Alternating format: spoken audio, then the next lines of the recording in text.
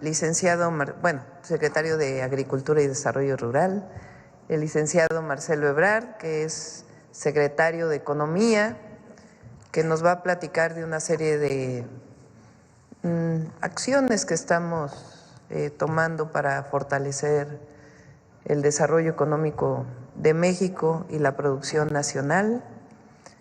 Y también está, que ayer ya no le dimos la oportunidad a Miguel para que presente el detector de mentiras, y por supuesto Noemí con la cápsula Mujeres en la Historia. Entonces, primero a Julio con este anuncio y después a Marcelo Ebrard, secretario de Economía. Muchas gracias, presidenta. Con su permiso, buenos días a todas y a todos. La presidenta me ha indicado informar que vamos a proceder a partir del día 24 de diciembre con los pagos pendientes del programa Producción para el Bienestar, que es uno de los programas de bienestar. Son 176,563 productores y productoras en 7 entidades principalmente del país. Chihuahua con 52,000, es la más importante.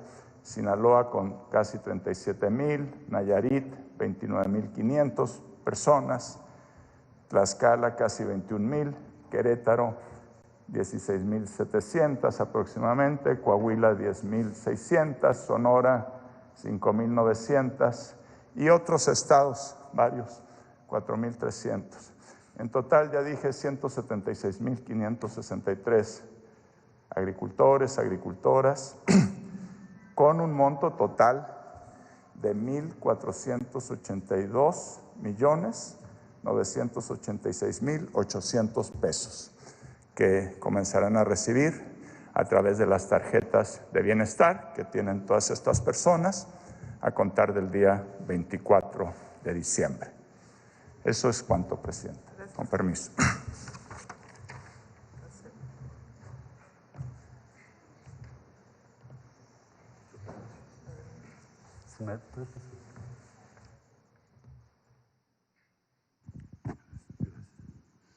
Con su permiso, presidenta. Muy buenos días. Les voy a presentar varias medidas instruidas por la presidenta Sheinbaum que tienen como objetivo, uno, evitar que se abusen de disposiciones vigentes en contra de la industria textil mexicana. Es una industria muy importante, ahora les digo por qué. Simplemente por el número de empleos. Son prácticamente alrededor de 400,000 empleos. Entonces, esa es una. Y la otra es, se complementa la lista de fracciones arancelarias a las que se aplica 35%, que fue publicada en abril de este año. Y ahora hacemos un complemento de 138 fracciones arancelarias que se incluyen en este arancel. Entonces, como les decía yo, son 138 fracciones. Estamos incluyendo también 17 fracciones con 15% de la importación de mercancías textiles, complementando lo que ya se había trabajado este año en el mes de abril. La segunda es aumentar la lista de los productos que no se pueden importar mediante el programa de la industria manufacturera, maquiladora y de servicios de exportación. Le llamamos IMEX. ¿Esto qué quiere decir? ¿Cómo funciona? Cuando tú necesitas un producto textil no terminado, le llamamos intermedio, que vas a ocupar en el procedimiento, en el proceso de hacer o fabricar algún producto. Por ejemplo, piensen ustedes vehículos, piensen ustedes todas las exportaciones de México o productos textiles terminados. Se necesita importar una pieza, entonces no te cobro impuestos, no te cobro arancel, porque esa pieza que estás importando es para integrarse a un producto que vas a exportar. Pero hay empresas que nos dicen voy a importarlo para eso y no es verdad, lo venden aquí. Entonces nos instruyó la presidenta que tomáramos esta medida para que no abusen de esa disposición. ¿Por qué? Porque entonces quiere decir que yo puedo vender en el mercado un producto terminado sin pagar IVA, sin pagar impuesto sobre la renta, sin pagar aranceles, y entonces mi producto es más barato que el de una empresa mexicana establecida, sea en la Ciudad de México, en el Estado de México, en Hidalgo, en Puebla o en cualquier otra entidad federativa. Entonces, ¿por qué la empresa mexicana va a estar en desventaja respecto a quien trae ese producto terminado? Es una puerta que vamos a cerrar. Entonces, en resumen, aumentamos al 35% el arancel a mercancías confeccionadas, que vemos que tienen precios verdaderamente increíbles de bajos. Aumentamos 15% la importación de mercancías textiles para proteger a nuestra industria nacional y cerramos esta puerta de la cual están abusando. La siguiente, por favor. Bueno, ahora, ¿cuáles son los motivos que ya dije un poco introductoriamente? ¿Cuáles son los estados que tienen la mayor producción de industria textil? En primer lugar, Estado de México. ¿Quién está sufriendo esto? ¿Qué números podemos apuntar? Pérdida de 75,000 empleos. Si no cerramos la puerta y no aumentamos los aranceles. Segundo lugar, Puebla. Lo ven ustedes aquí en un tono un poquito oscuro. Hidalgo, aquí también está en la zona centro. Coahuila, que es exportador de textiles, y Guanajuato. Hay otros un poco más tenue, Jalisco y en fin, pero principalmente estos estados. En 2024 alcanzamos el nivel más bajo de empleo en la industria textil, por eso se tomaron las medidas de abril que acabo de referir, abril del 24, que ahora se complementan, porque perdimos 79,000 empleos en los últimos años. El Producto Interno Bruto de la industria textil ha disminuido a una tasa anual de 4.8. Es decir, cada año perdemos aproximadamente 1,229 millones de pesos en empleo. Desde el 19 importamos más de lo que exportamos. En mercancías textiles el incremento fue del 0.8 y de confección el 12.5.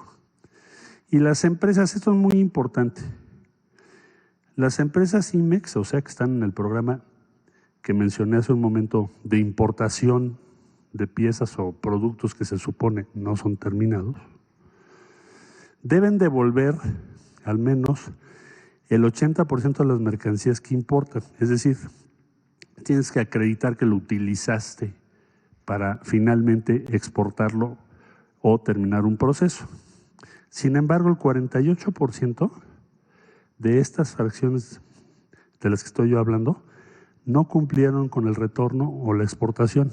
Se quedaron en el mercado nacional, 48%. Por eso estamos cerrando la puerta. La que sigue, por favor. Muchas gracias. Entonces, en resumen, con esto vamos a fomentar el desarrollo de nuestra industria nacional, porque un objetivo estratégico de la prosperidad compartida es aumentar el contenido nacional de todo lo que consumimos. Entre más contenido mexicano tenga, más empleos habrá en México. Promover condiciones justas de mercado, porque no se vale que nos engañen, ¿no? Es decir, que nos digan, esto es un producto que solo voy a utilizar para terminar otro producto y lo estoy vendiendo en México como producto terminado en un stand. Evitar prácticas que afecten el empleo y la competitividad de nuestra economía. Evitar el contrabando técnico. ¿Qué es contrabando técnico? Pues mentirle a la autoridad, ya lo expliqué. Decir, este es un producto intermedio, necesito esta pieza para terminar lo que voy a vender, y no es verdad. La vendo, la traigo como si fuera un producto temporal, pero en realidad lo estoy vendiendo en el mercado. Privilegiar el comercio con mercados con los que México tiene sus tratados comerciales y aumentar la competitividad y el empleo de la industria nacional. En síntesis, son medidas para proteger una de las industrias más importantes en materia de empleo en nuestro país. Es casi 500,000 de personas. Si no se toman estas medidas para evitar el abuso o precios que tienen dumping o que pueden tenerlo o que son demasiado bajos, pues entonces está en desventaja la industria nacional. Esa es la instrucción que nos dio la presidenta y a partir del día de hoy que se firma el decreto, entran en vigor estas dos medidas. ¿Sería cuánto, señora presidenta? Voy a, antes de pasar a las preguntas, si me ponen el video también de aduanas, por favor. Este es otro anuncio, es el tercero.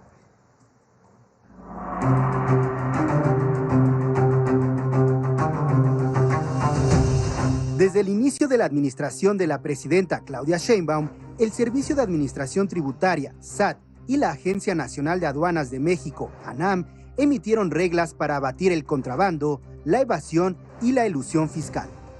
En dichas reglas, se estableció que los 861 agentes aduanales activos son corresponsables de las importaciones y exportaciones, así como en el pago de las contribuciones, por lo que pueden estar sujetos a diversas sanciones. Pero, ¿quiénes son los agentes aduanales? Son las personas autorizadas por el Estado para realizar los trámites de importación y exportación de mercancías de los contribuyentes ante las aduanas.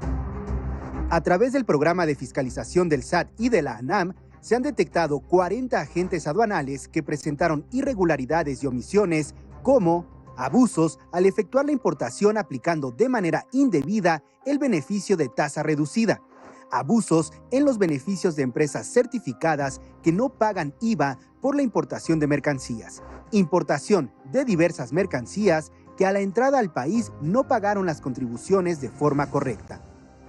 A la fecha, se han cancelado 7 patentes de agentes aduanales. El SAT y la ANAM reforzarán y profundizarán la estrategia para poner en orden al sistema aduanero mexicano y el programa de fiscalización de agentes aduanales, como ya ha ocurrido en la aplicación de estas estrategias y la modernización de las aduanas de Tijuana, del Aeropuerto Internacional Felipe Ángeles, de Nuevo Laredo y de Manzanillo.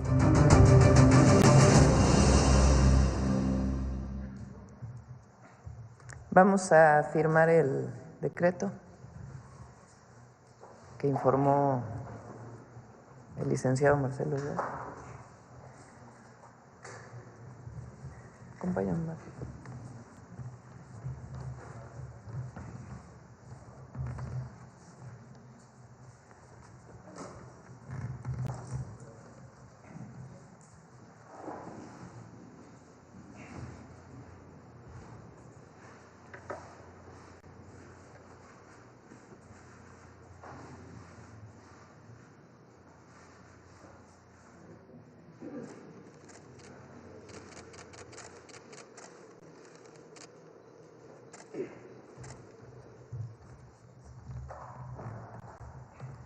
Ahora sí, vamos a las preguntas.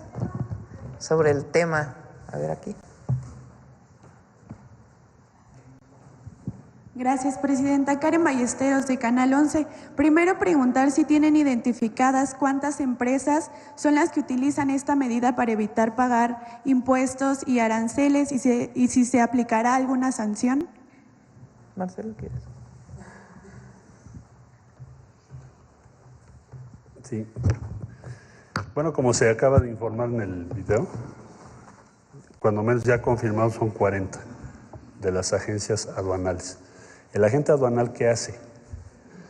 El agente aduanal pues hace una serie de funciones sumamente relevantes porque pues tiene que establecer que efectivamente son productos de acuerdo a la ley que se pueden importar sin impuestos, tienen derecho a.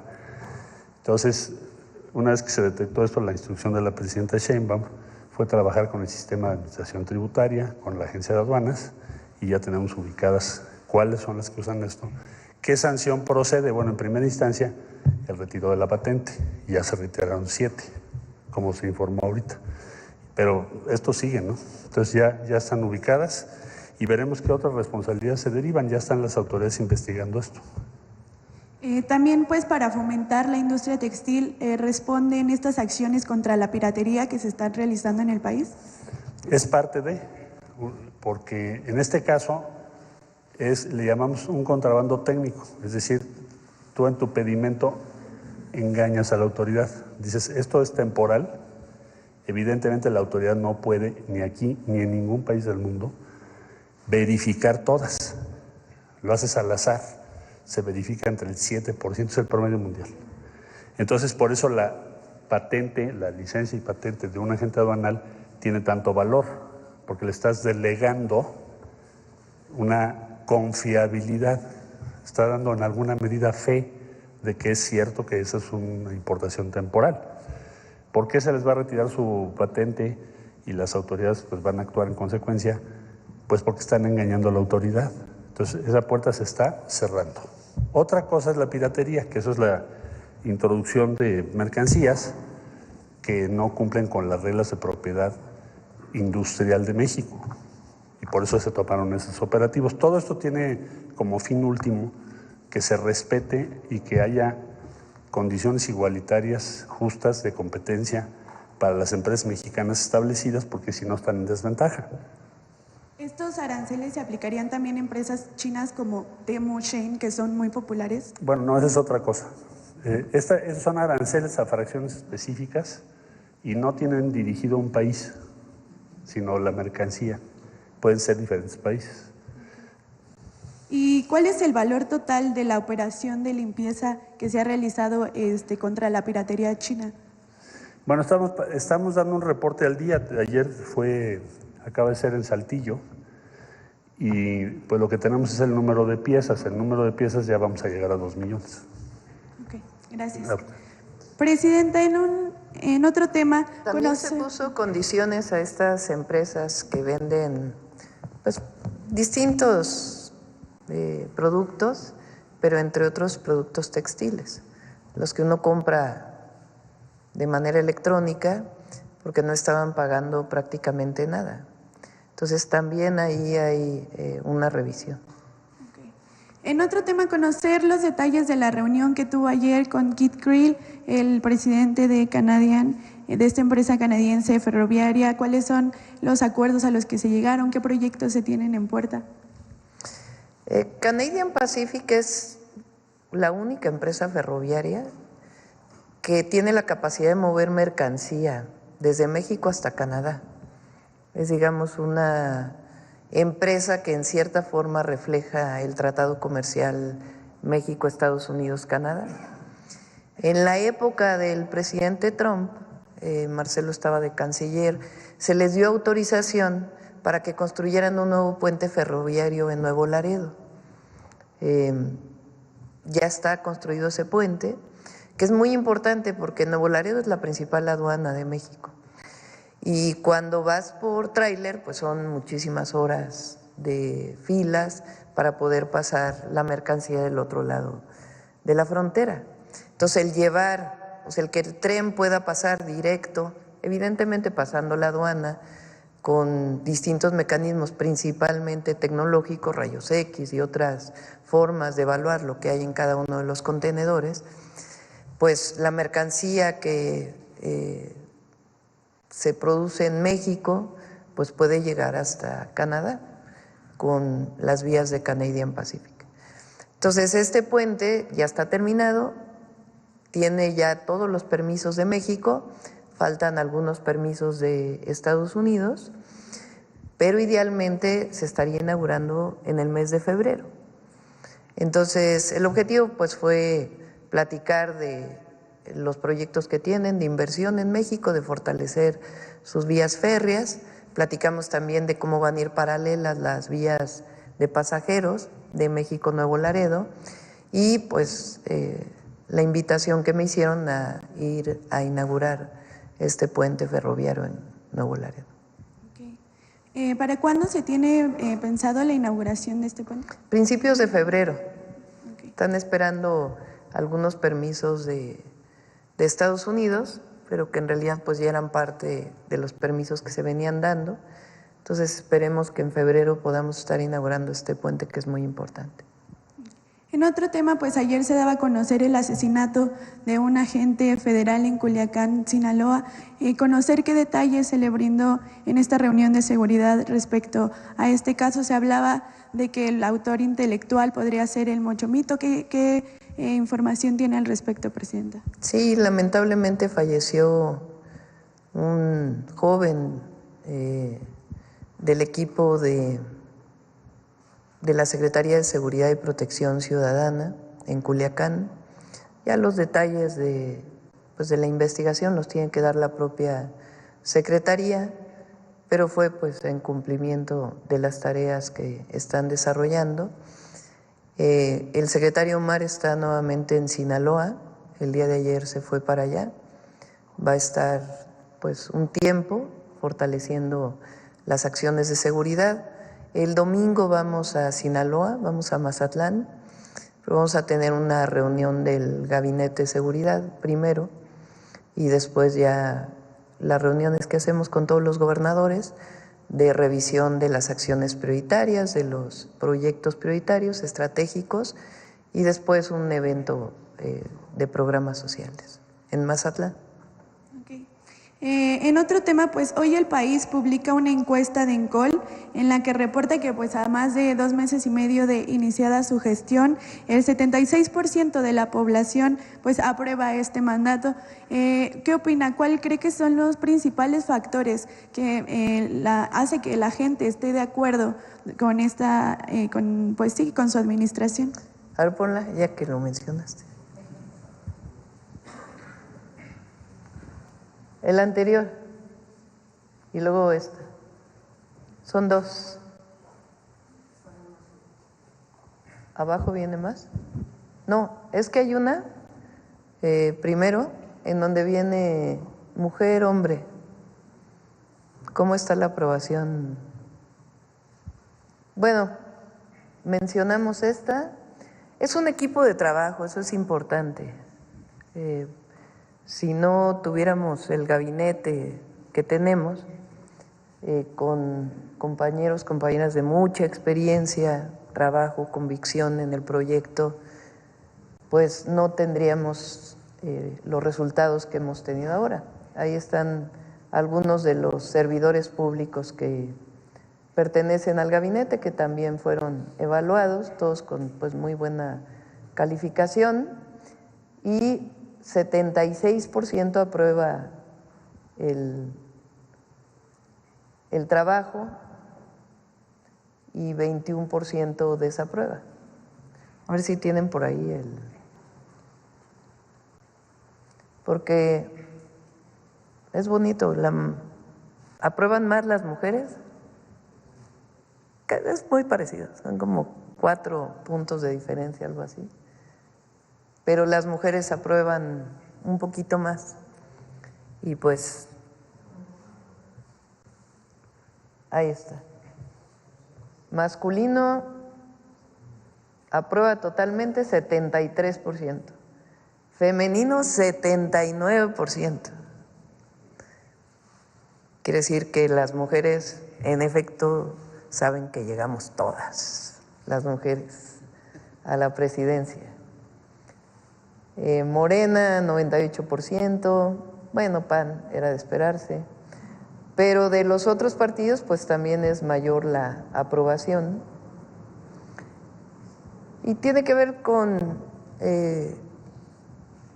mantenernos en el proyecto, no zigzaguear, no dar marcha atrás a lo que nos comprometimos en campaña, al proyecto de la Cuarta Transformación, ya que pues diario estamos informando y dando resultados. Y el año que entra pues ya va a ser todavía más, porque ya vamos a dar los nuevos programas de bienestar y las obras estratégicas pues también van a dar inicio. Entonces, pues muchas gracias por este apoyo y al mismo tiempo un compromiso para seguir trabajando.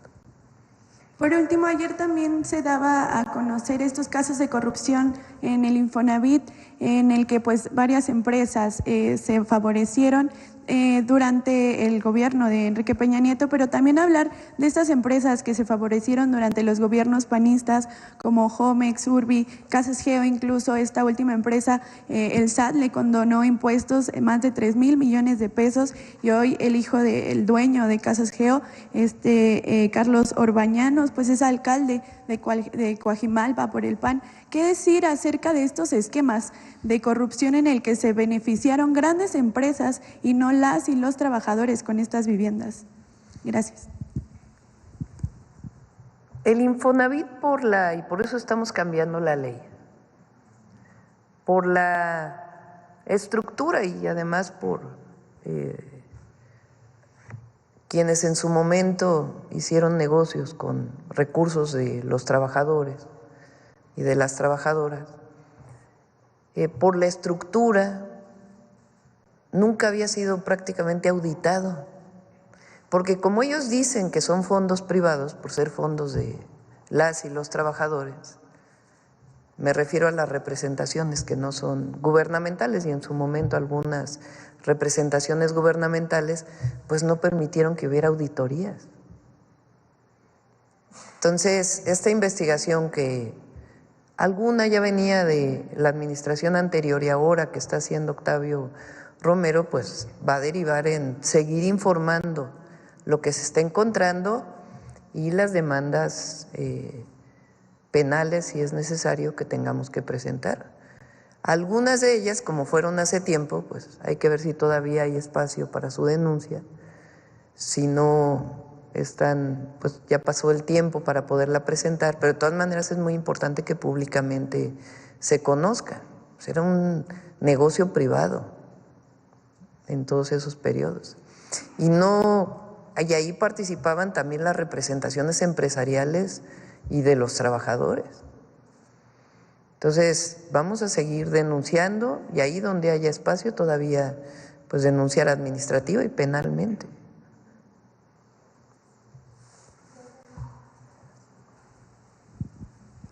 Gracias, presidenta. Buenos días, Shaila Rosagel. Nada más algo del Infonavit. Porque lo que estamos haciendo es proteger el ahorro de las y los trabajadores.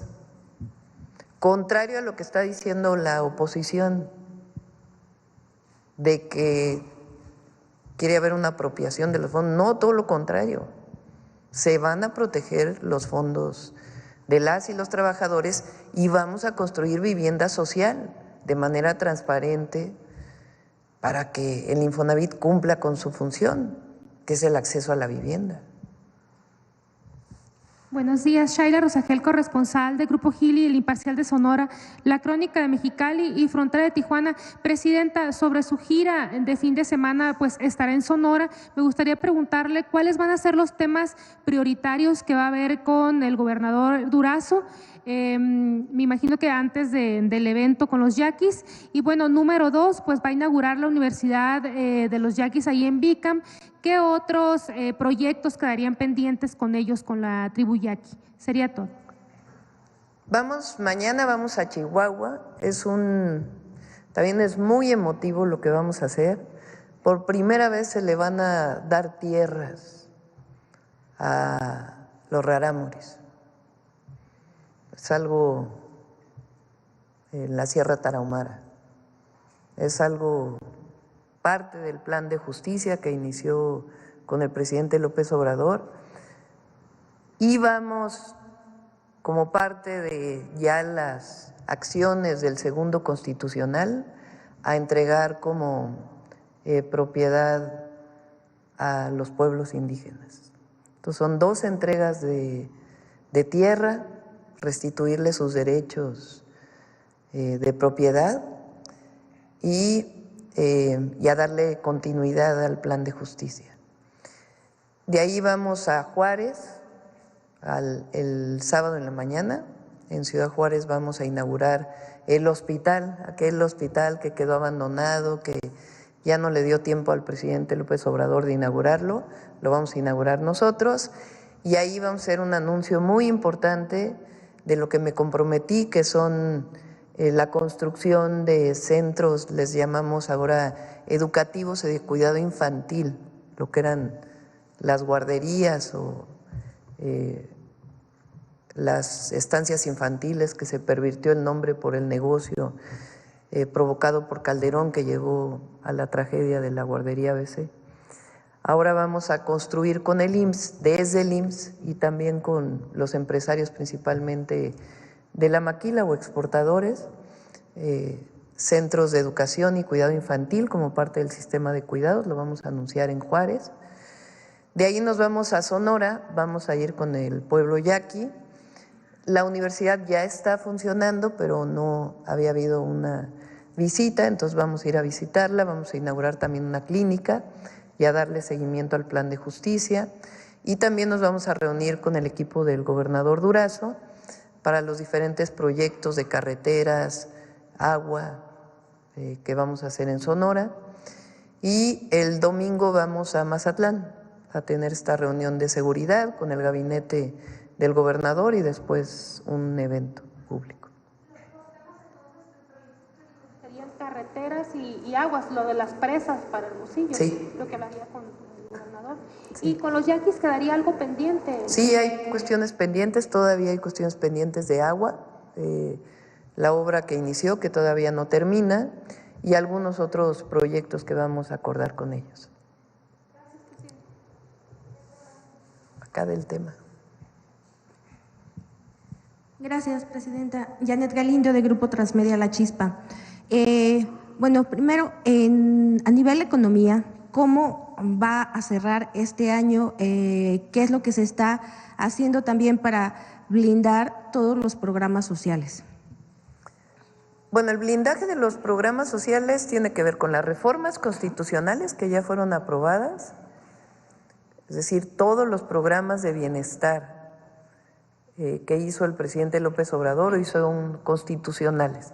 Falta todavía Jóvenes Construyendo el Futuro y todos los demás ya son constitucionales. Entonces, esa es la primera garantía que están en la Constitución. Y la segunda es que en el presupuesto de egresos de la Federación está contemplado todo el recurso para los programas. También está contemplado en el presupuesto de egresos los 3 nuevos programas sociales. El programa de mujeres de 63 y 64, después nos vamos a ir a 60, 62. El de jóvenes o adolescentes, la beca universal para adolescentes de secundaria, que también está garantizada, y el programa Salud Casa por Casa, que también está garantizado. Entonces, los programas están garantizados por la Constitución y porque hay el presupuesto para que el próximo año se puedan destinar. Como dijimos, son cerca de 800,000 millones de pesos el próximo año en programas de bienestar, que hoy muchos de ellos ya son derechos sociales del pueblo de México. Segundo, las obras de infraestructura. Entonces, hay obras de infraestructura en agua potable que se anunciaron cuando firmamos el acuerdo y que ya vamos a informarlas aquí también y le vamos a dar seguimiento, obras estratégicas, las obras de los distritos de riego para hacer más eficiente el riego agrícola y también las obras de infraestructura de conectividad, los trenes, vamos a iniciar con el México-Querétaro, de ahí a Irapuato, el Coahuila-Saltillo-Monterrey como parte del México-Nuevo Laredo, y carreteras, obras carreteras, además caminos artesanales, que vamos a continuar con los proyectos de caminos artesanales. Entonces hay cerca de pues casi la misma cantidad que de los programas sociales en proyectos de infraestructura, en inversión pública. Y después está la inversión privada. La inversión privada, pues quien encabeza todos estos esfuerzos es Marcelo desde la Secretaría de Economía. Él ha estado trabajando, ahora le doy la palabra, en el portafolio de inversiones que viene el próximo año, que es muy importante, y también en lo que llamamos el Plan México, que tiene que ver, entre otras cosas, con lo que se anuncia hoy, en fortalecer la producción nacional de distintos bienes y servicios, para fortalecer lo que se hace en nuestro país y disminuir las importaciones. Entonces, cierra bien el año con empleo récord, con inversiones muy importantes y el próximo año pues también vienen inversiones muy importantes. No sé si quieres platicar algunas de ellas, Marcelo.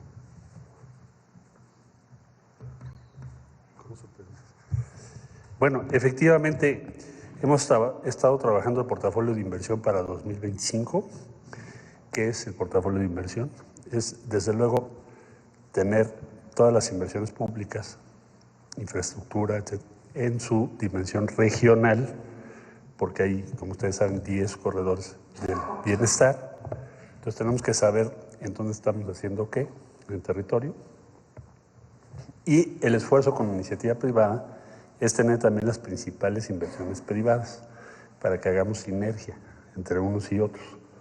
Si eso no lo tienes disponible, es muy difícil ser eficaz o ser oportuno para facilitar las inversiones.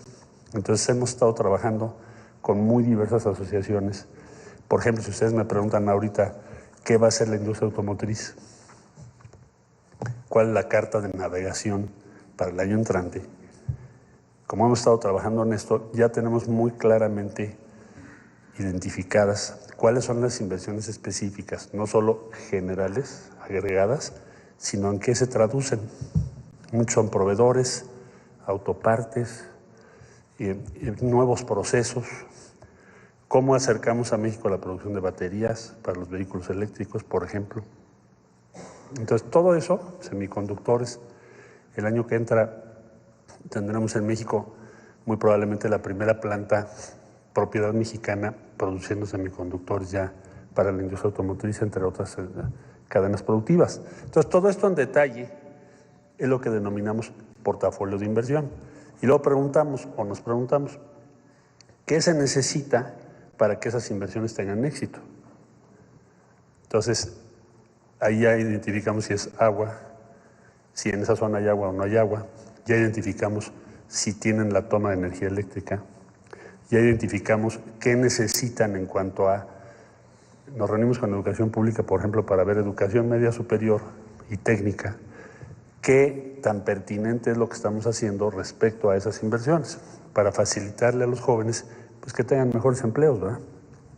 Entonces, es todo un esfuerzo para lograr ese propósito, facilitar la inversión y por lo tanto mejores empleos y crecimiento en las regiones del país. Le llamamos portafolio 2025 porque te metes una laptop, bueno, la presidenta iba a tener todo en un solo plano de qué estamos haciendo todos, iniciativa privada y todas las áreas del gobierno, incluyendo gobiernos estatales. Hemos tenido muchas reuniones con los secretarios de Desarrollo Económico, porque son los que están en los estados, nos han ayudado mucho, y también a nivel municipal, para que unifiquemos las políticas, por ejemplo, con los parques industriales, pues que cumplan las normas municipales y así sucesivamente. Entonces, eso es el portafolio de inversión vinculado al Plan México. ¿Qué es el Plan México? La Carta de Navegación de México de la presidenta Sheinbaum y de la economía mexicana para lograr la prosperidad compartida y sortear las aguas procelosas que pueda haber los próximos años. Carta de Navegación. Eso es lo que tenemos y es en lo que estamos trabajando todo el gabinete. Así nos lo pidió la presidenta. Gracias, secretario. Claro que nos falta, de veras, la inversión en generación eléctrica, la inversión de Pemex, la inversión para la producción de particularmente frijol y otros productos. Entonces, hay muy claro cuál es el camino para el próximo año. Que iniciará perfecto el siguiente año. Muchos ya iniciaron, muchos ya iniciaron. Por ejemplo, la planta de producción de semilla de frijol, no sé si quieras informarlo, Julio. Okay. Gracias, presidenta. Hace unas semanas la presidenta estuvo en Zacatecas, en lo que era la antigua planta de la Productora Nacional de Semillas, que ni siquiera se privatizó, simplemente se desmanteló y se abandonó. Y eso dejó a los productores, entre otras cosas, de frijol, de arroz, sin un abasto de semillas de buena calidad. La presidenta fue a esta planta y ahí informó a los productores de Zacatecas, que es muy importante, pero también de otros estados, Nayarit, Durango en frijol, Campeche, también Nayarit en arroz, que se va a recuperar la producción nacional de semillas de estos productos, frijol y arroz, a través de una nueva entidad que se va a llamar Productora de Semillas del Bienestar, Procebien. Ya está el proceso legal muy avanzado, presidenta. Yo espero que en los primeros meses, semanas realmente del año, usted pueda ya dar inicio a este nuevo organismo público y ya de todas maneras estamos trabajando. Hay que adecuar maquinaria para limpiar las semillas, todas esas cosas. Va a estar todo listo. el próximo año ya tenemos un compromiso de dotar de muchos miles de toneladas de semilla de muy buena calidad, de frijol y de arroz, pues para muchos miles de hectáreas de estos productos. Si nos acompaña el clima y la lluvia, yo creo que pronto vamos a poder recuperar la autosuficiencia de nuestro país de frijol. Consumimos 1 millón de toneladas, todos nosotros, y producimos 700,000 en promedio distintos años. Nos faltan 300,000. Con esta semilla y otros apoyos y servicios que se darán a los productores, financiamiento, acompañamiento técnico, apoyo a la comercialización, muy importante. Con todo esto esperamos que en el curso del sexenio México no tenga que importar frijol, lluvia mediante. Muchas gracias. Gracias. Gracias, presidenta. Bueno, y en otro tema, pues tras su reunión que tuvo con el presidente de Colombia, Gustavo Petro, en sus redes sociales, él publicó que dentro de los temas que había platicado con usted, aparte del fortalecimiento en diversas áreas, pues también había sido la posible propuesta para candidaturas femeninas en las secretarías generales de la ONU y de la OEA.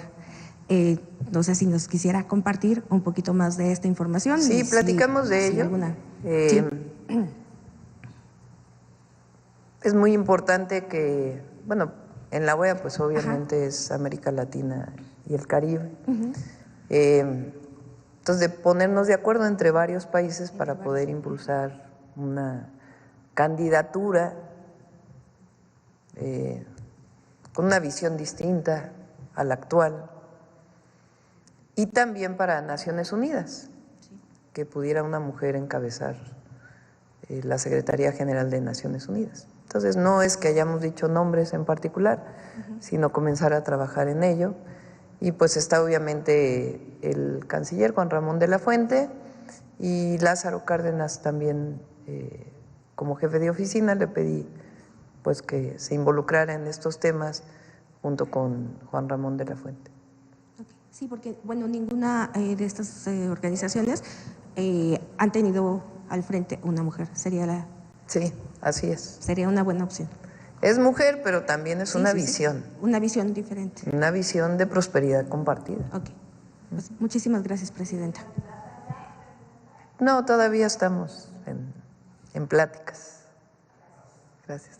Acá.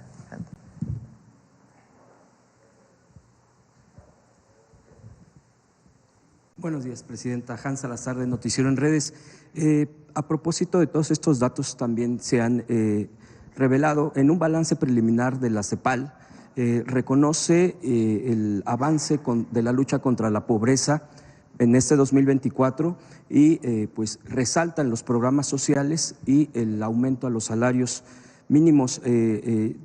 Dice también la CEPAL en este informe que sugiere aprovechar la tendencia de la relocalización en el tema también económico y también comenta que de las principales ingresos a América Latina, obvio México, es el tema de las remesas, lo que envían nuestras migrantes en el transcurso de todo el año, porque incluso se va a romper un récord, también de acuerdo a los últimos datos, en lo que se está enviando. Todo esto también que tiene que ver con el sustento del propio envío y de los programas sociales, lo que tiene que ver con pensión, con becas, con todo esto, también es el programa hacia los jóvenes construyendo el futuro. Bueno, que creo que va a haber ahí una adecuación del nombre, pero en el fondo es el apoyo a los jóvenes que desarrollan sus capacidades laborales, aprenden en diversas empresas. ¿Cómo se podría aprovechar también esto de la relocalización? Y preguntar también, presidenta, en este contexto, ¿cómo ve tanto el balance de la CEPAL como el programa de los jóvenes? Hay varios comentarios que nos han hecho llegar, muchos de ellos, incluso de lugares y centros de trabajo, que se abrió un periodo muy corto, entiendo yo que es por el fin de año, y que muchos no se pudieron apuntar, registrar, incluso centros de trabajo que también están interesados en continuar con este programa. Preguntarle, Presidenta, si habrá una información al respecto de este programa para el próximo año, cómo se estará ampliando en todo el país, cuál será esto y cómo se podría aprovechar en la parte económica, porque México tiene un potencial de jóvenes impresionante. Jóvenes Construyendo el Futuro abrió sus inscripciones, digamos. Se cierran, pero eso no quiere decir que se cierran para todo el año. En febrero, si mal no me equivoco, abre nuevamente. Es como un mes hay entrega y otro mes se abre. No es que ya con lo que pasó ya no se pueden inscribir el próximo año, tanto empleadores como jóvenes que quieren incorporarse al programa. Entonces, vamos a pedirle a Marat que informe, que les dé la información para que la puedan tener, porque a lo largo de todo el año sigue abierto el espacio para que se puedan inscribir. Jóvenes Construyendo el Futuro, pues es un gran programa porque no solamente incorpora a las y a los jóvenes al empleo, sino que permite, sobre todo a pequeñas empresas, comercios, que puedan incorporar a un joven que va a recibir su primer salario por parte del gobierno a través de este programa y después, entonces le beneficia a la pequeña empresa y después hay una incorporación de más del 50% de estos jóvenes ahí a donde iniciaron su trabajo. Entonces, pues es un impulso también a la economía. Jóvenes Construyendo el Futuro continúa, tiene metas muy importantes y la parte de la reforma constitucional también se va a dar. Es nada más un ajuste ahí que es importante hacerlo.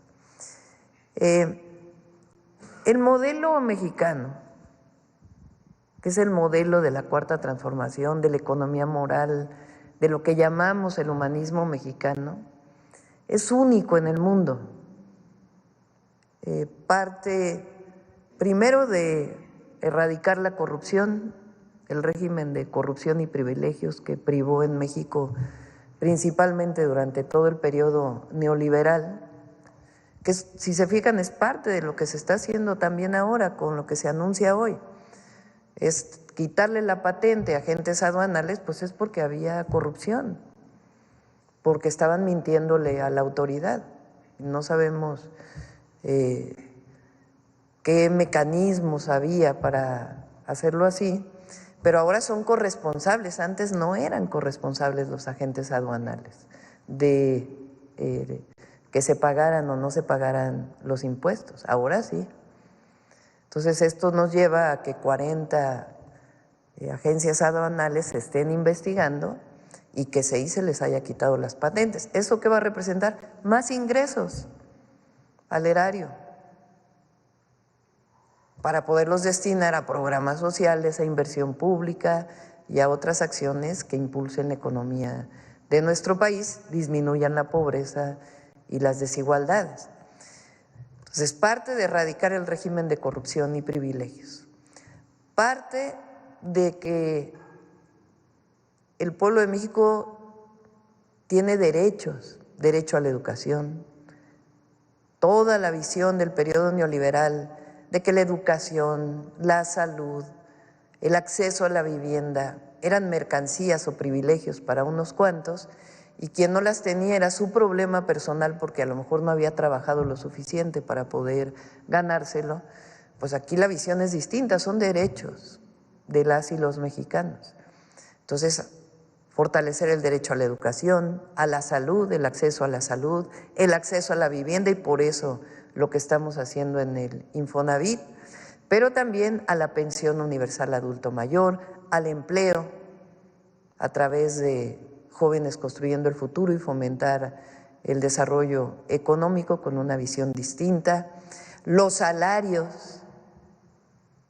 Durante todo el periodo neoliberal se planteó que si aumentaba el salario mínimo iba a haber inflación, pero además no iba a haber inversión extranjera directa.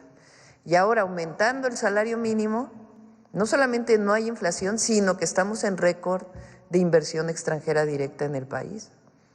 Entonces es una visión de un modelo económico que estamos impulsando, que inicia con el presidente López Obrador y que nosotros le estamos dando continuidad y fortaleciendo en ciertas áreas. Nosotros somos convencidos de las energías renovables, entonces vamos a darle más impulso a las energías renovables, aunque tiene su fortaleza Pemex y lo que se ha hecho hasta ahora, pero vamos a impulsar el desarrollo sostenible.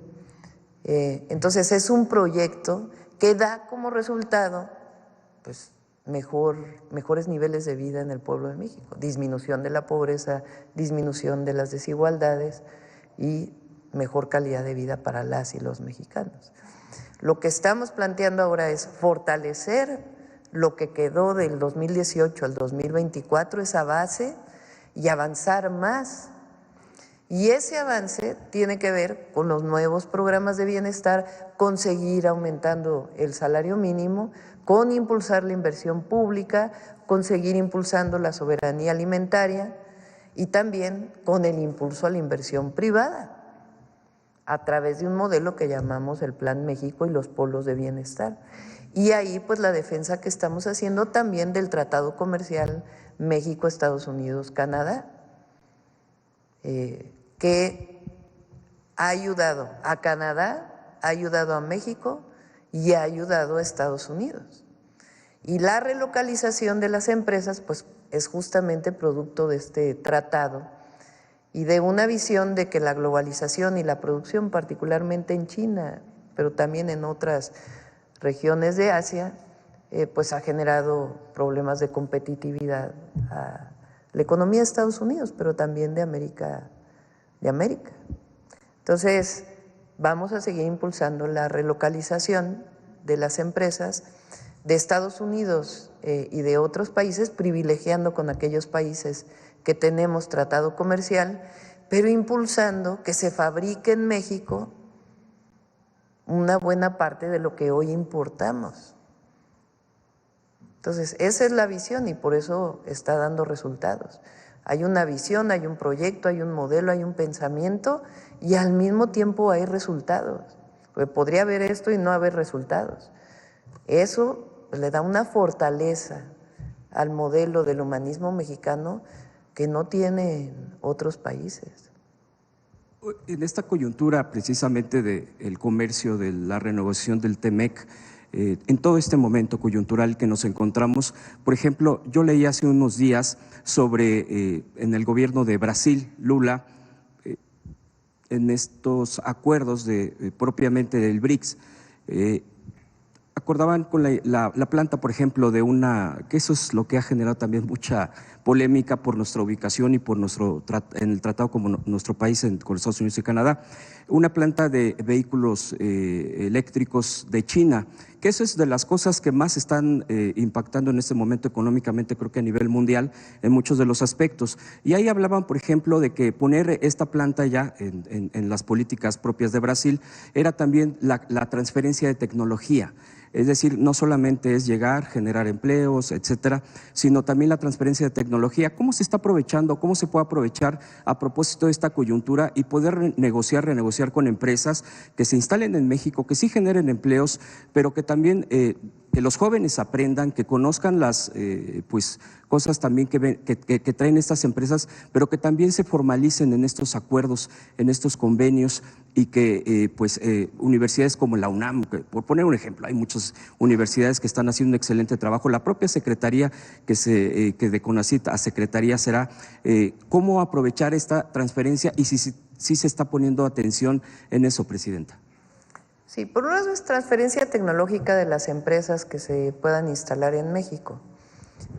Ahora estamos haciendo varias cosas en ese sentido y particularmente en el Instituto Nacional de la Propiedad Intelectual para fortalecer las patentes mexicanas.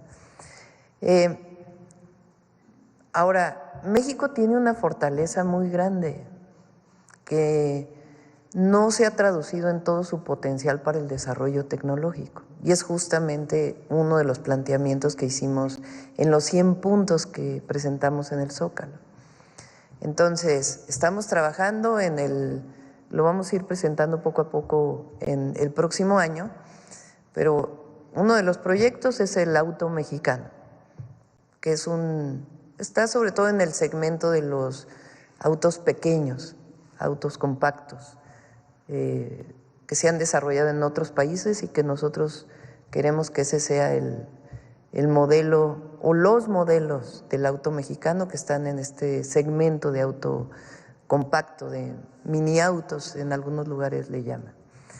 Entonces ahí estamos ya juntando a un equipo muy importante del Tecnológico Nacional de México, del Instituto Politécnico Nacional, con un coordinador del proyecto que se vincula con Secretaría de Ciencia, Tecnología e Innovación y también con la Secretaría de Economía, que nos permita pues tener el diseño propio, que se fabrique la mayor parte en México poco a poco y poder tener un modelo especial para la economía para las y los mexicanos.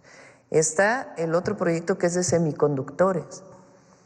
En México hay instituciones educativas de muy alto nivel, el CINVESTAB, por ejemplo, bueno, la UNAM, el POLI, etcétera, el INAOE, que es un instituto de investigación de CONACYT, que tienen desarrollos muy grandes en semiconductores. Entonces estamos planteando el desarrollo de un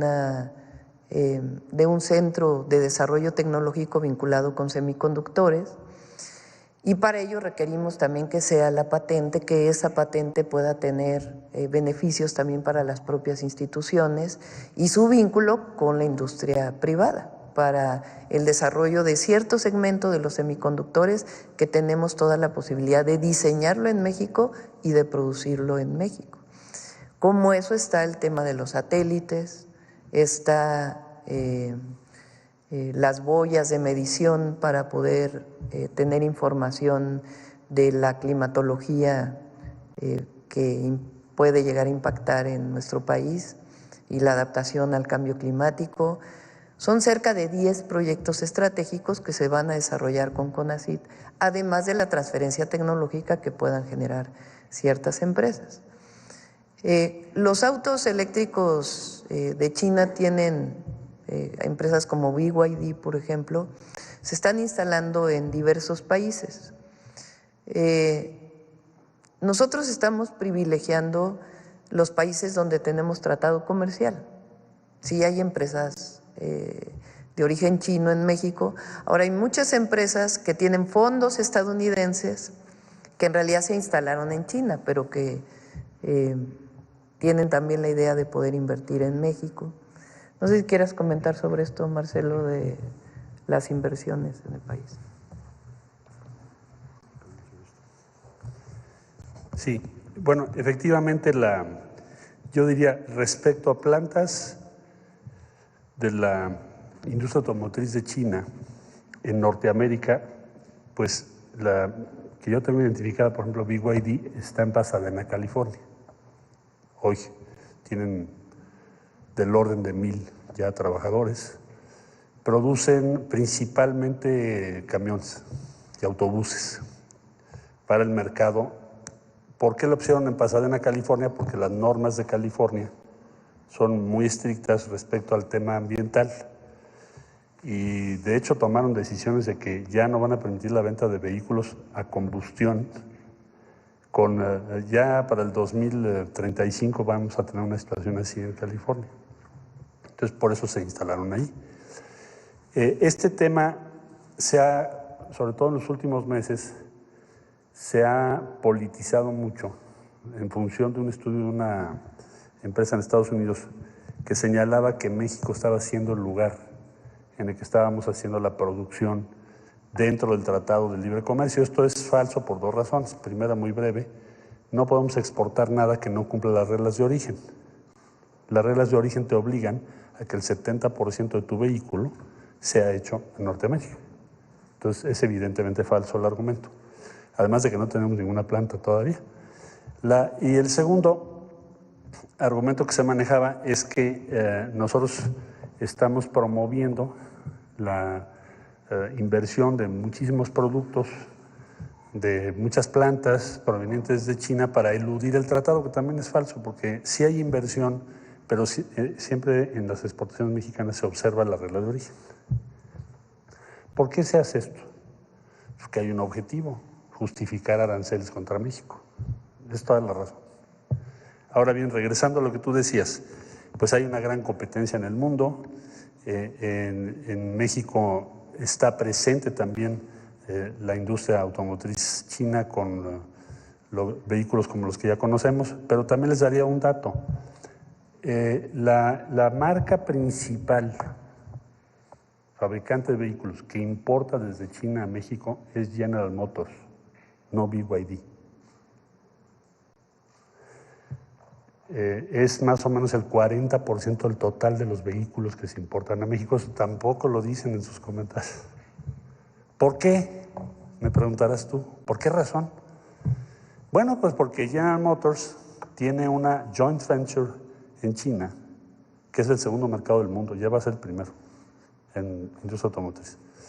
Tiene una joint venture con una empresa en China para producir vehículos que venden en China.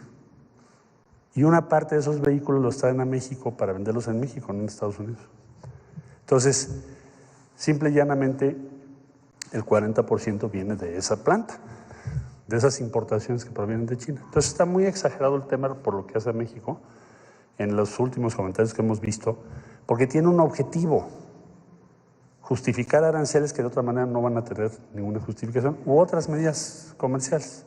Ahora, mientras cumplan las normas que México tiene establecidos, pues nosotros vamos a seguir permitiendo que vengan vehículos, por ejemplo, de Tailandia, de Kia. Es otra fuente de importación importante. Tienen derecho, además hay un cupo establecido. Cupo quiere decir que si tú produces vehículos puedes importar un cierto número. Entonces, pues esa es la posición que nosotros tenemos y seguiremos adelante en esa misma línea. Y por último, Presidenta, Sí. si me permite, el tema de la violencia de género, de todo esto que se genera en las redes sociales, me ha llamado la atención últimamente. No es reciente, obvio, esto se ha dado ya de tiempo atrás, que han vuelto a remeter, obvio, no voy a describirlo porque es hasta de mal gusto, el tema, por ejemplo, contra la Secretaría de la Mujer, contra la secretaria Citlali. Esto ya no se había dado, porque, bueno, pues el tema fue senadora, ahora tiene un cargo que por cierto, ha habido trabajo interesante, de hecho se ha difundido aquí, pero la pregunta sería, este tema, digo, más allá de quiénes y el tipo de términos y de imágenes que son verdaderamente pues indescriptibles para qué, contra ella, y yo me preguntaba, y es la secretaria de la Mujer, es la que está teniendo y enfrentando precisamente esas violencias, ¿no? Y que sabemos qué tipo de, por ejemplo, un empresario, ¿no? Que ni vale la pena mencionarlo, que fue uno de los que originalmente fue sumamente violento en los términos con lo que se refería. Ahora ha vuelto a resurgir, me llama la atención, y que también él está muy activo en otras cosas y en términos contra el propio gobierno. La pregunta es, no tanto, pues, ¿qué opina de esto? Me parece que algo hasta, pues, ¿qué se va a opinar frente a la violencia hacia las mujeres, hacia la propia secretaria de la Mujer, sino cómo también ver esta situación de las redes sociales, en donde se generan muchas violencias, en donde, este es un ejemplo nada más, pero hay otro tipo de cosas que también han permeado en la sociedad y que y que siguen teniendo, pues, impactos muy negativos. Ya se ha llegado a comentar, ¿no?, este tema de la regulación de las propias plataformas que proveen las redes sociodigitales, como se le menciona oficialmente, pero bueno, hay un debate donde dicen no hay que regular eso es de otra manera, etcétera. ¿Cuál es su postura de usted frente a este tipo de cosas?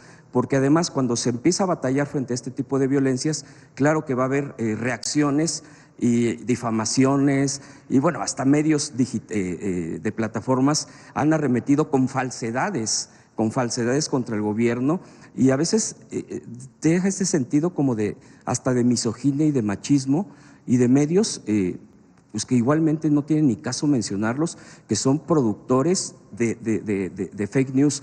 Y también en este sentido, el principal proveedor de información del país, pues es la mañanera, en este caso la mañanera del pueblo, como ya se ha denominado, y también mucha gente en los estados pregunta, ¿por qué no se puede ver o escuchar la mañanera en todos los medios públicos? Esa es otra de las preguntas que han hecho. Por ejemplo, el día de ayer, bien dijo un periodista, fue duro, concreto y con todo, ¿no?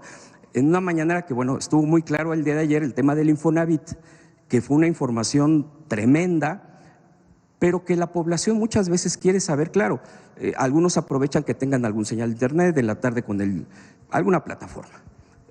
Pero los medios públicos en este sentido, Presidenta, ¿qué papel también están jugando? Digo, algunos sí lo están haciendo, el tema de la difusión, pero la gente que va al trabajo, la gente que va a la escuela, etcétera, quisiera tener en la radio, porque la mayoría de las estaciones de radio, perdón, pero es pura mentira, es casi basura, y lo digo con todo respeto. Entonces, ¿cómo se puede generar este tema de que las mañaneras se pueda escuchar, se pueda ver en todo el país? Digo, ¿por qué no tener esa posibilidad? Obvio, con los recursos que se tienen, con los medios que se tienen, que son públicos. De los privados, obviamente, pues espera que quieran algo a cambio, eso es muy obvio, y eso es lo que les ha dolido a muchos, el tema del dinero. Entonces, esas serían mis preguntas, Presidente, y le agradezco mucho las respuestas. Gracias. Yo creo que son varios temas, ¿no? A ver, el tema yo creo que de la oposición, de los adversarios a nuestro movimiento, al gobierno, que la verdad es que se han quedado sin argumentos. A mí la verdad es que cuando hay estos comentarios tan machistas, de odio, pues es que ya no hay argumento. O sea, todo esto que decían, les van a quitar los ahorros a los trabajadores con la reforma al Infonavit, y ayer Octavio presenta las corruptelas y abre la cloaca que hubo ahí durante tantos años, y entonces sí hay algunas columnas hoy, ¿no? del Infonavit. Pero entonces dices, a ver, ¿cuál es el argumento? Pues lo que se quiere es proteger el ahorro de las y los trabajadores y hacer vivienda y la transparencia. Entonces pues, se les cae el argumento. ¿Qué otro argumento hay? Que la presidenta no gobierna, ¿no? Porque hay, quieren… En realidad quien gobierna es una alianza entre no sé quiénes. Pues ¿qué argumento es ese? No tiene sustento, es puro chisme, y un machismo así, pero absolutamente revelador de quiénes son, ¿no? Que el pleito Adán Augusto Monreal, no, bueno, hacen un escándalo porque no tienen argumentos políticos de proyecto, no hay ideas, no hay nada. Entonces lo que hay es un ataque permanente, lleno de bots además, de mucho dinero, porque nosotros hacemos análisis ahí, Paulina los hace de bots, sobre todo de la red X. Entonces, a ver, que viene la crítica, 80% de bots, bueno, pues, ¿qué caso tiene ni siquiera hacerle caso? Entonces, es que son, por ejemplo, sale una tendencia, Infonavit, antes de ayer, ¿no? Porque ayer pues ya cambió, porque como salió la información de la corrupción, pues entonces era Infonavit. Y ves las redes y le quieren robar los fondos a los trabajadores, y hay cuentas que tienen 3 seguidores, 5 seguidores, o ves las cuentas y tienen más seguidores, pero son los mismos del narcopresidente, de la narcocandidata, de las mismas. Entonces, con que hagas un pequeño análisis te das cuenta que en realidad no hay tal oposición o tal vicio, sino que en realidad pues son comprados para generar una tendencia en una red que además, por cierto, pues cada vez tiene menos fuerza.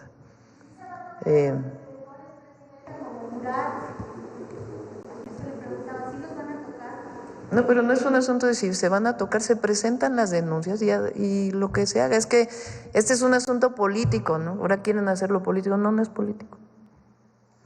Es un asunto de defensa del ahorro de los trabajadores. Entonces, sí, pero ustedes están poniendo nombres. Entonces, la mayor corrupción de lo que se mencionó ayer se dio en el último periodo de Peña.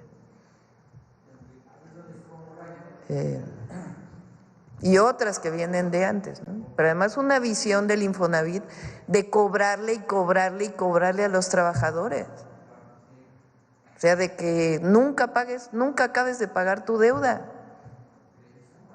a través de créditos de años y años y años de pago o desalojos porque no se podía pagar la vivienda.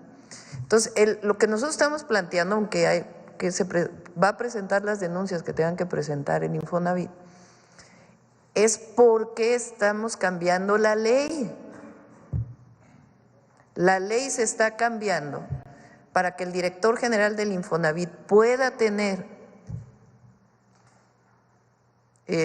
la dirección, la rectoría del Infonavit, que desaparezcan dos direcciones que no tienen sentido, que es la de la representación empresarial y la representación sindical, y que siga siendo un organismo tripartita donde todos decidan, las organizaciones empresariales, las organizaciones de los trabajadores y el gobierno, pero que no se preste a esta opacidad. ¿Por qué el INAI nunca hizo nada con el Infonavit? Que tanto defendían. ¿O por qué no dicen que no permitían que entrara la Auditoría Superior de la Federación a hacer auditorías? Entonces, no hay argumentos. O sea, díganme un argumento que se haya dado de la oposición o de sus dirigentes empresariales de la oposición, como el Junior X, que tenga fundamento. Es un odio, una crítica, tremendo. Ya salieron a defender también al dirigente del PAN. Entonces, ¿a qué se dedican? Pues a una campaña de odio, de enojo, pues en vez de estar tan enojados, que se sienten a ver si realmente tienen un proyecto de nación, porque no tienen, solo es la crítica a lo que representamos nosotros. Y miren qué impacto tiene. Ahí está la encuesta de hoy. Entonces, pues sí, están un poco desesperados. Ahora, el otro gran tema, pues es el machismo, la misoginia que se esconde en estas críticas, que también es muy reveladora de quiénes son quienes las hacen. La crítica a Citlali, que además tiene toda nuestra solidaridad y nuestro apoyo, pues es porque le sale el odio así, y el machismo tremendo, ¿no? Nada más que vean qué piensan las mujeres. El gobierno tiene un apoyo enorme de las mujeres porque se sienten representadas y porque las vamos a seguir defendiendo. Ahora, yo no estoy de acuerdo en regular. Es muy complicado regular una red social. No, el límite entre la censura y la regulación de una red es muy complejo. Entonces, más bien es la concientización de la gente y que se sepa, pues, que si están de acuerdo o no y que se participe. Y en el caso de los medios comerciales igual, pues, que se abran, sean plurales. La objetividad se da cuando se presenta una posición y la otra. no cuando solo se presenta una. Y bueno, también afortunadamente pues están todos ustedes que hacen un trabajo muy importante. Y en los medios públicos, están trabajando los medios públicos, digamos, nacionales o los del gobierno federal, para hacer una red de medios públicos nacional que permita también juntar recursos para poder fortalecer los noticieros, fortalecer, o sea, la parte informativa, la parte de debate y también la parte de producción, que también tiene que tener una visión distinta. Están pensando en producir series, producir documentales, principalmente sobre la historia de México. Entonces sí, se están buscando coordinar en una red de medios públicos y también pues darle continuidad a lo que se hizo aquí el día que hicieron el Congreso de Medios Alternativos, ¿no? Que pueda seguir floreciendo en México, ¿no? La difusión de las mañaneras pues ya depende también de, tampoco queremos nosotros que se imponga algo, ¿no? Entonces en esta red de medios públicos pues ya tomarán su definición, porque es muy distinto un medio gubernamental a un medio público. El público pues tiene una participación diversa, entonces sí se difunde contenido que hace el gobierno, pero tiene que tener también una visión de radio pública que también pueda darle voz a mucha gente, sobre todo la que no tiene voz. Sí, el Canal 11, pero muchos medios, decía Hans, locales, porque la mayoría de los estados tiene un sistema público, tienen radio, tienen televisión, las universidades también. Entonces es importante que se haga una red de medios públicos que puedan tener información distinta también a la de los medios comerciales, que se difundan otras cosas que normalmente no se difunden, pero que no acaben siendo medios gubernamentales solamente de difusión de lo que hace el gobierno, ¿no? Sino que den voz a quienes no tienen voz en nuestro país. Ya fue doblemente Sonora y luego vamos a ir a Sonora, ya está doblemente representado Sonora el día de hoy en la mañanera. Gracias, presidenta. Demián Duarte de Sonora Power. Pasado mañana vamos a Sonora. Sí. Bueno, empezando por ahí, bueno, va a ser un honor de veras recibirla en nuestro estado en su primera visita oficial ya como presidenta de la República. Pues en Sonora usted tiene muchos seguidores, tiene mucha admiración también por su trayectoria y por lo que representa. La verdad es que vamos a estar ahí muy atentos a los resultados de su visita. Justamente en este contexto, presidenta, quería yo comentarle un par de datos muy relevantes que han estado circulando en mi estado. Este asunto de que por el bien de todos, primero los pobres, cobra mucho sentido con estos resultados, porque en Sonora se reinstaló lo que llamamos la movilidad social.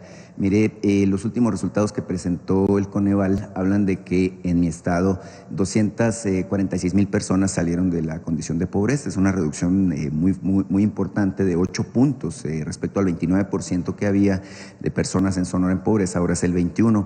Y hay alrededor de 54,000 personas que salieron de la condición de pobreza extrema. ¿Esto qué significa? Pues evidentemente que la fórmula que ustedes están aplicando del humanismo como modelo a seguir pues está dando frutos. Yo quiero aprovechar la presencia de Marcelo Ebrard, el secretario de Economía, para reincidir un poquito en lo que comentaba ahorita respecto a las cadenas de electromovilidad y semiconductores. Mire, como usted sabe, en Sonora tenemos todos los elementos precisamente para incidir en estas dos cadenas. La de semiconductores, pues tenemos esta cercanía con el estado de Arizona, esta relación además de socios que tenemos con Arizona. Y en el caso de la electromovilidad, pues es evidente que tenemos el litio. La vez pasada que platicamos aquí hablamos del asunto de las patentes del litio. Se sabe que ya la empresa Litio MX está por anunciar cosas importantes al respecto. Y bueno, evidentemente tenemos litio, tenemos el cobre, tenemos grafito, molibdeno, bolastonita, pero también tenemos la experiencia en el desarrollo de estos procesos. Ayer, por cierto, estuvieron directivos de la compañía Foxconn en Sonora, reunidos con el gobernador Durazo. Se sabe que traen un gran proyecto de inversión para México, no han dicho dónde. Entonces yo quiero preguntarle a usted y por supuesto al secretario Marcelo Ebrard al respecto de cuáles son los pasos que se van a dar en este sentido, justamente para materializar esta visión y estos anhelos que se tienen de que mi estado se convierta pues en una de estas locomotoras del desarrollo nacional. Marcelo, ¿quieres?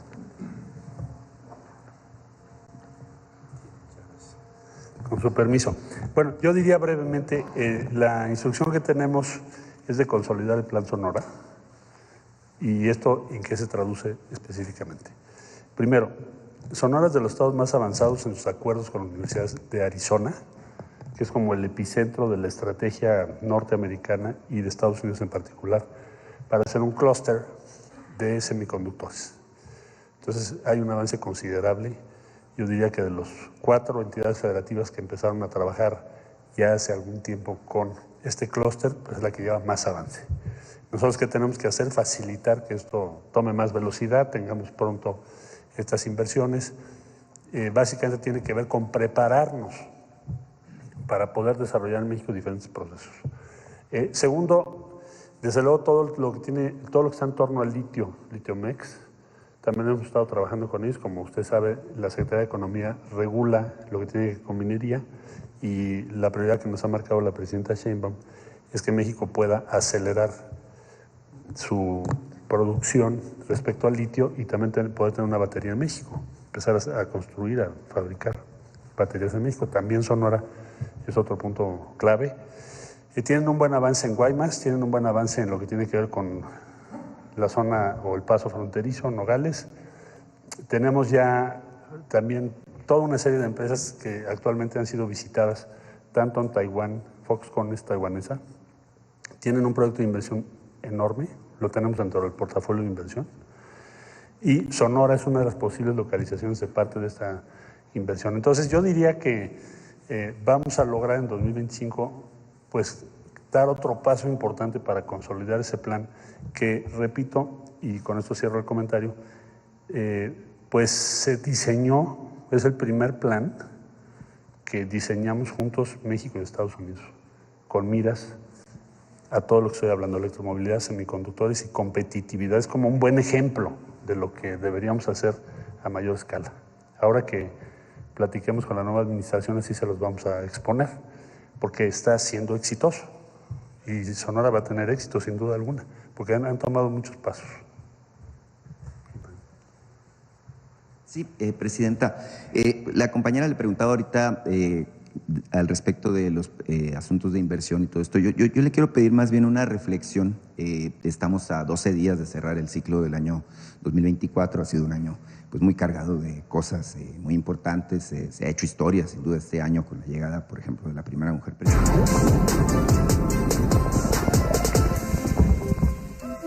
La consulta infantil y juvenil 2024 fue todo un éxito. ¡Sí! En ella participamos millones de niñas, niños y adolescentes de todo el país. Opinamos y nos expresamos libremente sobre los temas que más nos interesan. Nuestras propuestas ayudarán a dar solución a los problemas que nos afectan. Esperamos muy pronto los resultados. Nuestra voz será escuchada. Tú eres la pieza más importante. INE.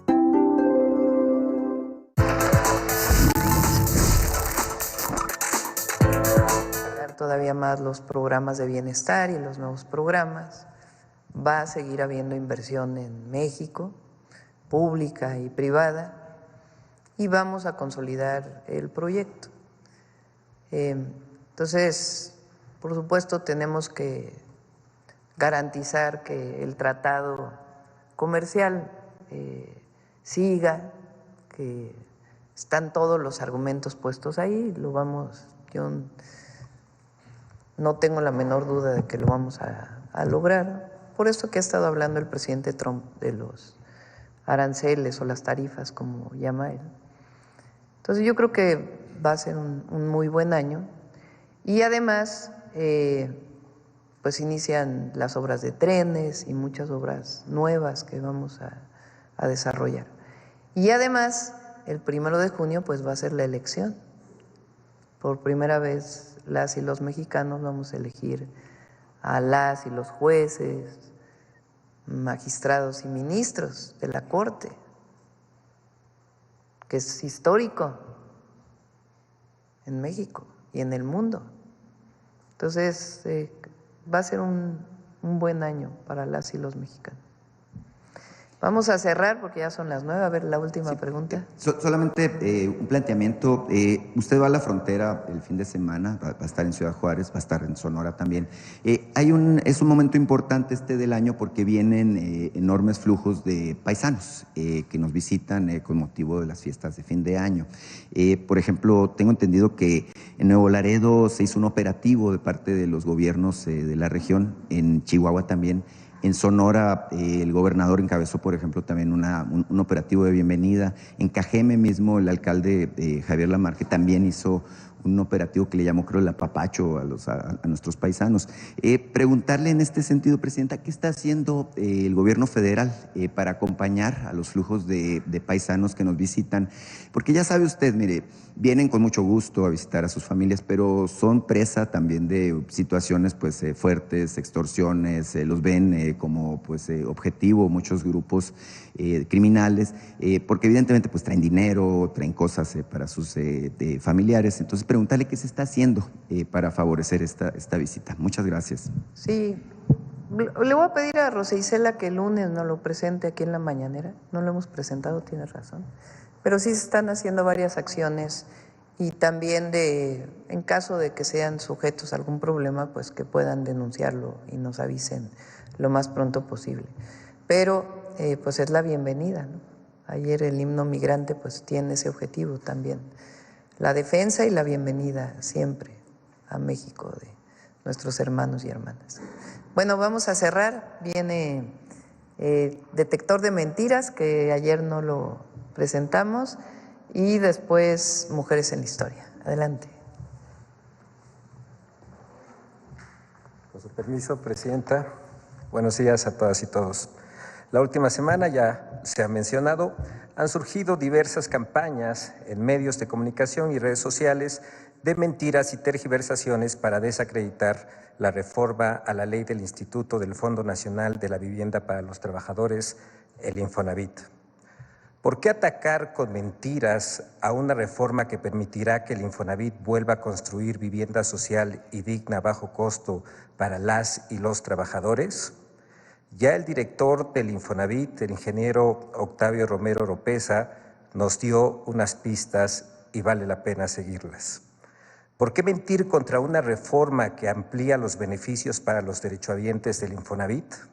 Veamos el video del detector de mentiras de esta semana.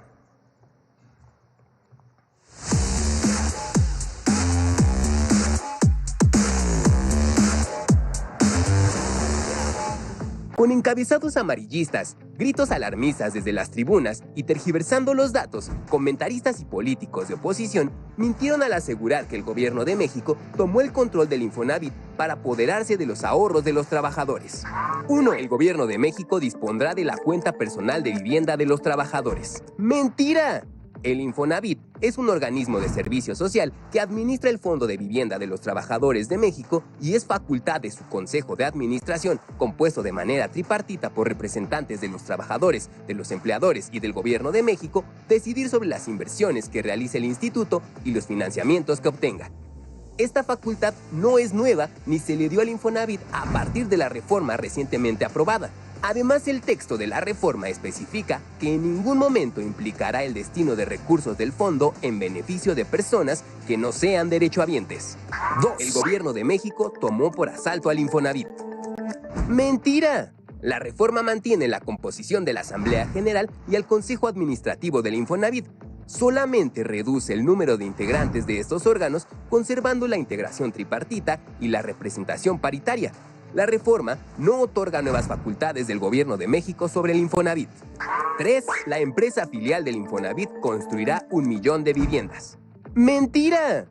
El programa de vivienda y regularización del Gobierno de México contempla la construcción de 1 millón de viviendas a lo largo de la administración de la presidenta Claudia Sheinbaum, de las cuales 500,000 serán construidas por el Infonavit a través de una empresa filial y las otras 500,000 por la Comisión Nacional de Vivienda. 4. La Secretaría de Hacienda no garantizará los recursos del Fondo de Vivienda del Infonavit. ¡Mentira! Es el Infonavit quien administra el Fondo de Vivienda de los Trabajadores de México, no la Secretaría de Hacienda, y es independiente al presupuesto de egresos de la Federación, elaborado por la Secretaría de Hacienda. Además, el programa de vivienda y regularización con el que se construirán 1 millón de viviendas implicará la inversión federal de 600,000 millones de pesos.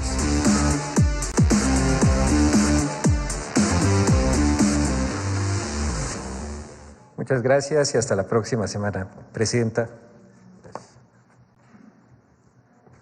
En la última parte, cuando se habla de Hacienda, que es importante, como el Infonavit da créditos, tiene la misma normatividad que un banco.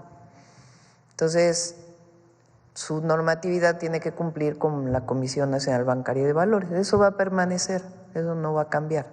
Hay otra parte que tiene que ver con la construcción de viviendas, pues que tiene que tener también su visión. Entonces sí es importante porque también se han estado diciendo esas mentiras. Y ahora sí, mujeres en la historia. Permiso, presidente.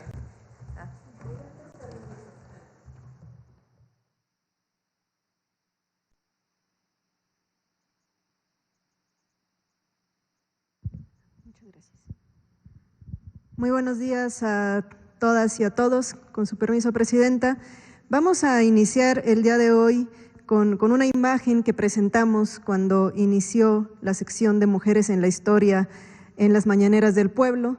Yo les presentaba esta imagen de Josefa Ortiz Telles Girón, donde hace referencia que Hidalgo fue el cerebro de la idea de la emancipación y la corregidora, el corazón de la misma idea. Hablábamos en aquella oportunidad que teníamos que empezar a eliminar estos estereotipos y vínculos con los que se ligaba la participación de las mujeres. Frecuentemente relacionamos a Josefa Ortiz como la esposa del corregidor, ¿no? Todavía hacemos énfasis mucho en el de Domínguez, y lo importante es recuperar en estas mujeres su participación, su agencia, sus decisiones, sus convicciones, y es por ello que el día de hoy queremos dedicar la cápsula a Josefa Ortiz Telles Girón para reconocer qué hizo en el proceso independentista, porque creo que la vinculamos a aquellos famosos zapatazos, ¿no? Esos 3 momentos en los que ella avisa que la conspiración ha sido descubierta, pero sale en libertad hasta 1817, es decir, que se mantuvo activa. Algo también que es muy importante destacar es la edad que tenía Josefa Ortiz de Domínguez para este momento, 37 años cuando se incorpora al proceso de la insurgencia, 44 cuando queda en libertad. Conozcamos un poco más sobre Josefa Ortiz Telles Girón. María Josefa Crescencia Ortiz Telles Girón fue una mujer de convicciones propias, que luchó por forjar una nación justa, libre e igualitaria. Nació el 19 de abril de 1773 en una familia criolla y quedó huérfana muy joven. Estudió en el Colegio de las Vizcaínas, una de las pocas instituciones enfocadas en la instrucción de mujeres. En 1793 contrajo matrimonio con el abogado Miguel Domínguez, con quien tuvo 14 hijos. En 1802, Miguel Domínguez fue nombrado corregidor de Querétaro. Allí, Josefa se ganó la simpatía de la comunidad criolla, de los indios y de los mestizos mediante obras de caridad y protección a favor de los pobres y los desvalidos, de las viudas y de los huérfanos. La invasión napoleónica a España en 1808 provocó una crisis política que alcanzó al continente americano. En Nueva España comenzaron a formarse grupos de criollos que querían la autonomía, rechazaban el mal gobierno y exigían el respeto a la soberanía del pueblo. En Querétaro, Josefa Ortiz organizó en su casa veladas literarias, cuyo verdadero objetivo era construir un plan de insurrección.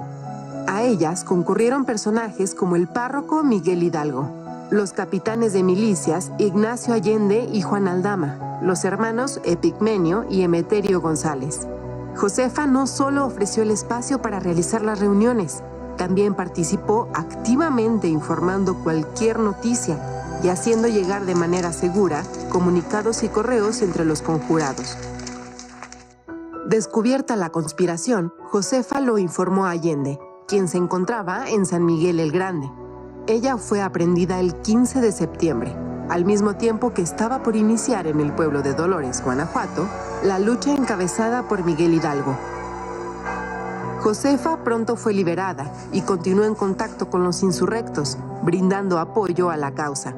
Sin embargo, las autoridades sabían de su simpatía con la insurgencia, por lo que, acusada de sediciosa, fue aprehendida nuevamente en 1813, con su última hija en brazos y trasladada al convento de Santa Teresa, en la Ciudad de México. Durante su reclusión, escribió al virrey: Ignoro cuáles sean mis delitos que han merecido semejante castigo. Yo estoy bien segura de que serán los que hayan forjado mis enemigos, enemigos de la paz. Estuvo recluida hasta junio de 1817. Tras la consumación de la independencia y el ascenso de Agustín de Iturbide como emperador de México, Josefa rechazó formar parte de la corte imperial, por considerar que contradecía sus principios. Una vez instaurada la República, doña Josefa mantuvo cercanía con los principales actores políticos y rechazó recibir alguna recompensa por su papel en la lucha por la independencia. Josefa Ortiz, forjadora de una conciencia libertaria contra la opresión, a favor de la formación de un gobierno representativo y justo, murió el 2 de marzo de 1829. Así es, una mujer congruente hasta el final de sus días. Y hablando acerca de lo que se decía de ella, me gustaría compartir brevemente en 1811, cuando se deja en libertad en primer momento, se habla de ella lo siguiente: el torrente de esa señora ha conducido a depravados fines. Ella no tenía empacho en concurrir en juntas que formaban los malévolos. Hablan de ella como el torrente, tenía 37 años. Pero más importante, en 1813, una vez que ella sale en libertad en 1811, se mantiene con los insurgentes, se mantiene apoyando, y Mariano Beristain, que es mandado a Querétaro, le escribe una carta al entonces ya virrey Félix María Calleja, refiriéndose a ella de esta manera: es el agente más efectivo, descarado, audaz e incorregible, que no pierde ocasión ni un momento de inspirar odio al rey y determinaciones justas del gobierno legítimo de este reino. Y tal es la mujer del corregidor, no, ni siquiera la enuncia, ¿no? La mujer del corregidor de esa ciudad. Esta es una verdadera Ana Bolena que ha tenido el valor de intentar seducirme a mí mismo. Entonces, de descarada, no bajaban a Josefa Ortiz, que como vimos, sale en libertad hasta 1817, cuando ella misma emprende su defensa, enviándole cartas al virrey Calleja, donde le dice cuál es mi delito. Y algo muy importante, y yo creo que también muy valorado de mencionar, cuando se instala la corte de Agustín de Iturbide, ella rechaza participar en esta corte porque dice: no luchamos por esta forma de gobierno. Que tengan un excelente día. Es cuanto, Presidenta. Muchas gracias. Nos vemos mañana todavía. Gracias. Buen día.